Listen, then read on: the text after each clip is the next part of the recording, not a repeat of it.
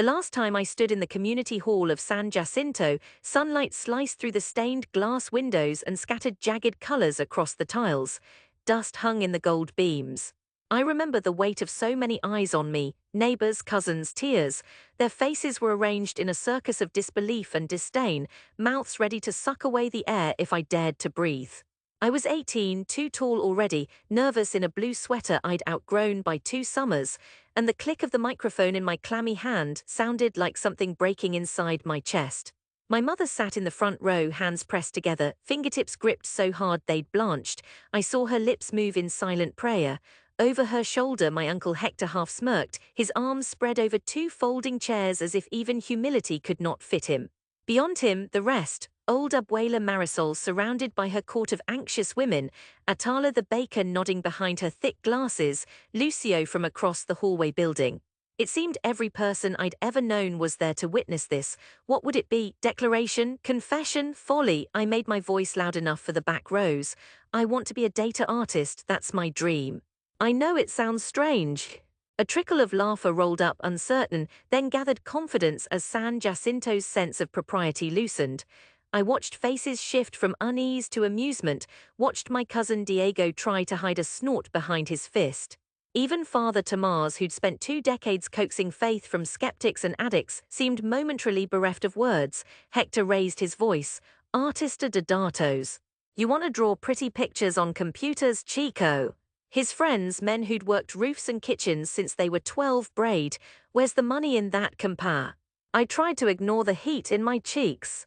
It's about telling stories with information, with numbers you can.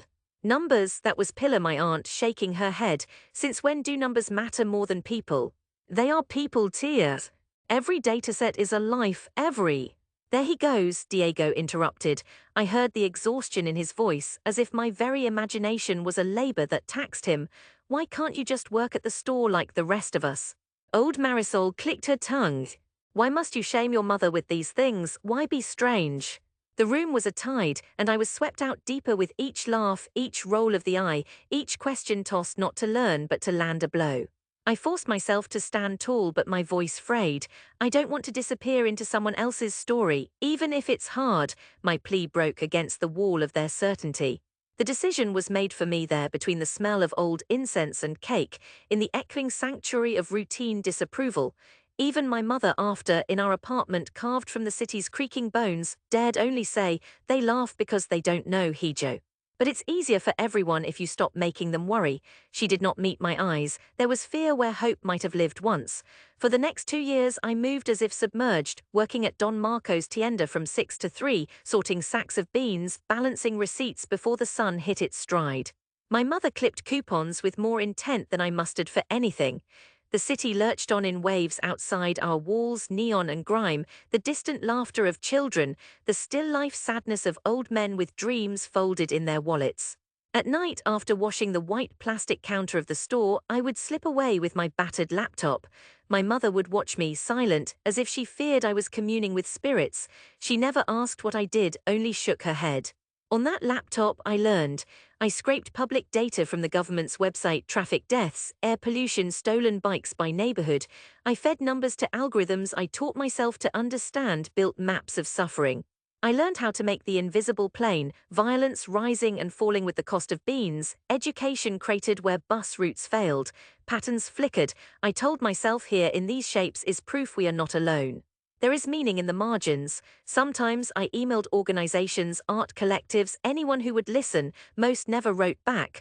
A few, pitying, told me to go outside. But one morning, as rain stubbed out the city's noise, I checked my inbox and found an answer. It was from Sofia, a woman coordinating a group called Los Datos. They ran an art show once a year, pairing artists with civic tech. Would I like to help? The week I started, I still stacked cans at Don Marco's but walked the city in the afternoons, meeting Sofia and her team in borrowed classrooms and cramped cafes. She believed in the poetry of connection. Data is only sterile if we let it be, she told me, her pale hands sweeping outlines above her coffee. How can you make a mother here care about statistics over there? That's your work, Gabriel. Change hearts, not just minds. It was not easy. Most doubted I had the training, the polish, the right accent. Some smiled at me as you would a beggar on the metro, assuming I'd vanish if they ignored me long enough. I was quiet, burning with the need to prove I saw something they did not. We built our first installation from the violence in transit, each stop on the yellow metro line mapped with tiny glass beads, cracked to show the spots worst for assaults and theft. My job was to make grief visible, to line numbers with stories. When we wheeled it into the gallery just north of Reformer, the curators squinted. Interesting, one said, as if surprised I could be more than my accent. But where did you study? I did not answer. I watched people move between the pieces, some curious, some bored, some quietly weeping at what could not be erased or denied. 2 weeks passed and the newspapers sent reporters. A local deputy came, pronounced the work innovative, and offered to sponsor a public version. There was money now, enough to rent a cramped studio, enough to quit Don Marco's store. I sent part of every paycheck home, but my mother never asked what I did. She accepted it like rain during a drought, silent gratitude, wary of the explanation that might expose her to more ridicule. Years passed like minutes and like decades. I lost most of my hair in the stress of making enough, of proving myself over and over to strangers who needed a credential more than a vision. I lost touch with Diego, who moved north to work construction in Houston. Hector's daughter posted pictures of graduations I was not invited to. I very nearly lost myself in the city's tremors, earthquake drills, sudden blackouts, the grind of endless competition. But I learned to hold my place. I worked with ministries, with aid groups, with doctors mapping COVID across districts, each time pouring what I knew into something others could touch. I became, if not famous, at least the sort of name that gets whispered when a mayor wants proof of revolution without the risk. One morning, Sofia called with something different. The city wants to host a festival of civic art in San Jacinto, your neighborhood, the one with the church and the old market. I was silent for a moment. The color of the hall's ceiling in my memory flickered, stained by the laughter of my family and neighbors. It's time, she insisted. Come back home, Gabriel, let them see. What did I owe them? Years of derision were still lodged in my skin, but all I could think of was my mother's voice when she tried to shield me from their shame, her hope amputated to save her peace. Yes, I told Sofia, I'll come. For weeks I worked in my studio, hands shaking as I constructed my project. I called it Luminiscencia de la Vida. I would map not only the suffering but also every kindness, each time someone in the colonia gave, saved, fought, grieved. I wrote code to scrape newspaper stories, police blotters, online memorials. Then I interviewed survivors, daughters, old men, teachers, even the boys who lingered at the edge of trouble. Each point became a light, literally and figuratively, laid into a transparent panel that would pulse as stories overlapped. On the day of the exhibition, the city sent a van to ferry me and my team south. San Jacinto was unchanged, narrow streets fragrant with frying oil, roosters crowing despite the hour. My hands were slick with sweat as we unloaded the crates, the pulsing panel wrapped like a relic. The community hall waited, doors wide, painted a fresh shade of blue that could not quite mask the breaths of 1,000 older memories. Mother waited by the entrance, face taut as she greeted us, smoothing her dress. You came, Mijo. I told them you would do well, but nobody, her voice faded. Inside, the rows of folding chairs were nearly full. Some faces changed by years, some unchanged. The same uncles, same sneers, the prickly weight of opinions old as sin. I found Hector, paunch thicker, now hair grayer, but his skepticism undiminished. Diego was there, arms crossed, flew in from the border on a bus.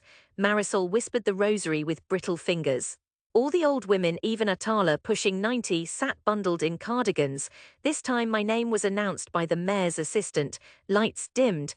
I took the microphone with dry hands, looked across the sea of the same faces that once flushed me with shame. Thank you for coming. Many years ago I stood here with a dream and perhaps it sounded strange. Maybe it still does. Today I want to show you what that dream has become. I signaled to my crew. They wheeled in the installation, the panel taller than I, pulsing with hundreds of lights, each tiny node mapped to a street, an event, a person. The effect was hypnotic, a constellation overlaying the city itself, radiance shifting as stories collided and wove together. In the hush, you could hear the breath of the room catch. I explained slowly what they were seeing. Each light is a story here in San Jacinto. Where violence happened, it pulses red. Where a neighbor protected another, blue. Where lives were lost, gold. Where peace was won, white. People leaned forward, searching the tangled web for familiar places. I saw my Aunt Pilar's hand lift, trembling, as she spotted the pulsing bead on Cal Jacaranda's, where her son was robbed years ago. The neighbors closest to the front studied the cluster near the old playground where they'd witnessed a shooting. It was all there, bruise and triumph both. Then the panel flickered, the colored map faded, replaced by text. Names, details, gestures both small and grand. For every tragedy, I said, there are 10 stories of survival, of beauty, of strength. I made this so none of us would be reduced to what happened to us. Here we make history visible, and we claim our place in it. My mother wept as she saw her own name, bright on the screen. For a night she had welcomed a homeless girl into our kitchen, feeding her with the last of our soup. Hector's eyes grew glassy as I played a clip of his rescue during the 17 earthquake, a rescue nobody remembered now but him and me. Even Diego's jaw unclenched as lights shone along the edge streets where he'd patched the neighbor's roof after a hurricane. There was a stillness then, more arresting than applause. People who once snickered watched their own impact spelled out in soft, undeniable light. The room seemed to breathe differently, as if their laughter years ago was a ghost made flesh and released. I am proud to be from San Jacinto, I said. You gave me stories to carry, pain and promise both. I promise I will carry them with dignity. A long, shuddering silence, then a wave, clapping murmurs, a rising tide of pride that shook apart the cement of all their old doubts. My mother rose and took my hand not as a shield but as a witness. Then others followed, Tia Pillar, tears smudging her cheeks, Atala offering a hunched embrace, Hector lingering until we stood face to face. He coughed, eyes on the floor. You made us see ourselves, Gabriel, his voice was raw. That takes more than any job I ever had, I was wrong. The words strung with their rarity. I walked with my mother after, through the same night markets and alleys. The city did not care much that I had come home, but she did, her fingers curled around my arm. You made magic from numbers, Mijo. They see finally that what matters isn't what the dream is called. It's what you build from it. The next morning there were headlines, local and national, about the power of data, the beauty of memory mapped, the boy from San Jacinto who turned rejection into illumination. I know myself now not as a survivor of scorn, but as a witness to the quiet resilience of those places and people who try, fail, and try again.